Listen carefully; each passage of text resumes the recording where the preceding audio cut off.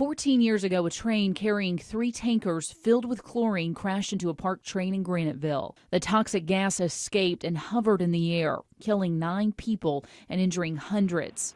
Daniel Britt lived just outside the evacuation zone. My friend actually worked with me out there, and when they found out that he couldn't find his dad, he took off.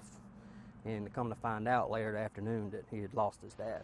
14 years to the day, a 911 call in a town about 70 miles south sounded eerily familiar. Same train company, same deadly chemicals on board. This is Operator Etheridge calling from Norfolk Southern Railroad Police Department. Calling to see if we can get responding units to respond to the area, Newman Smith Road or Hurd Bridge Road.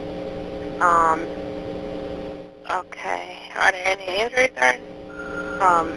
Unknown. Norfolk Southern wouldn't tell us everything on board, but they did say 13 of those train cars were carrying chlorine. That's more than 4 times the number involved in the deadly Graniteville disaster. Something like that would have come through here, it would have been catastrophic. I mean, it was already bad enough.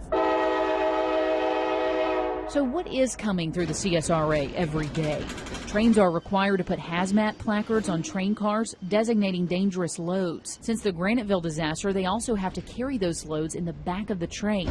But as for who knows what and when dangerous chemicals are moving through a town, only the train companies. The state and federal oversight is not what you might expect. EMA officials tell us they are told always assume a train involved in an accident around here is carrying dangerous chemicals. Since Daniel now works right beside ground zero of the Graniteville disaster, he can't help but assume that. Sometimes when we're at work and we hear trains going by, and we kind of get nervous sometimes, because you don't never know what's going to happen. But once a train reaches its destination, most loads have to travel at least some distance by truck.